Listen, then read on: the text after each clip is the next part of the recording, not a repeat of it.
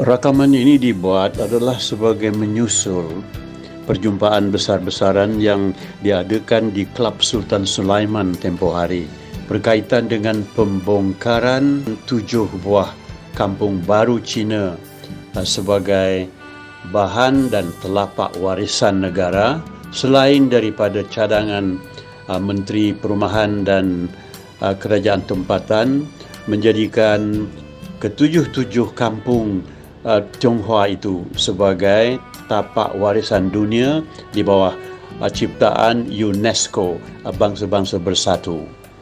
Sementara natijah-natijah yang dikemukakan dalam perjumpaan itu bernas berlaka, namun disangsikan sedikit lantaran media prima ataupun media-media utama negara kita tidak begitu berminat untuk membuat liputan berkaitan dengan kepentingan bangsa Melayu itu sendiri.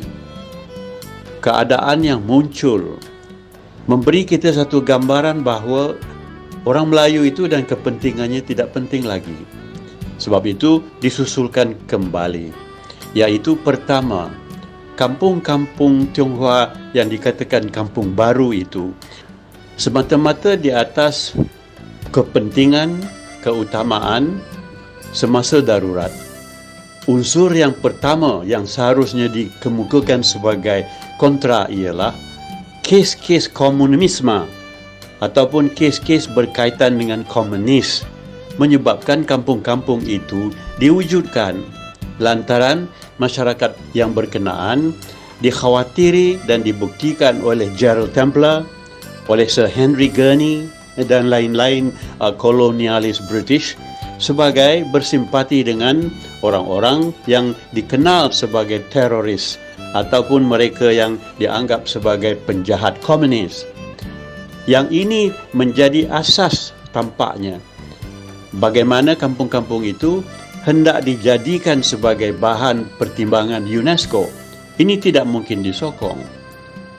Cadangan menjadikan 7 kampung baru itu bercanggah dengan konsep perpaduan. Oleh kerana kampung Melayu tidak masuk, kampung India, kampung orang asli juga, dan juga perkampungan di Sarawak dan Sabah.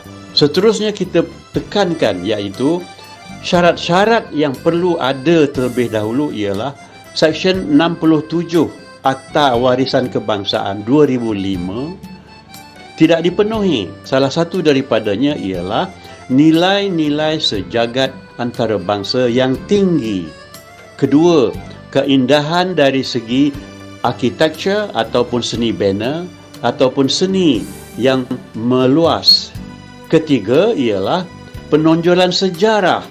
Kampung-kampung itu mesti sinonim dan spontan dengan nilai-nilai kebangsaan di Malaysia atau pada masa itu semenanjung tanah Melayu. Ini tidak pernah dihurai. Tiba-tiba Yang Berhormat Menteri itu kata, sekarang hal ini sudah diketepikan dan let us go on. Jadi go on itu pada hemat saya menunggu masa beliau mungkin akan timbulkan kembali.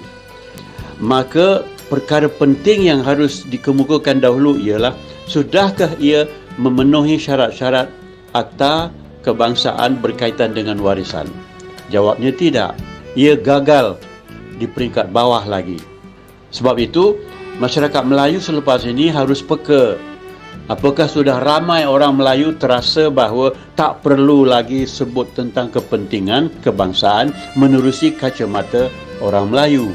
Dan pada saya, perkataan Melayu dalam semenanjung tanah Melayu yang dalam bahasa Inggerisnya Malay Peninsula ataupun Persekutuan Tanah Melayu atau The Federation of Malaya tetap menjadi keutamaan panggilan kepada semenanjung dan persekutuan.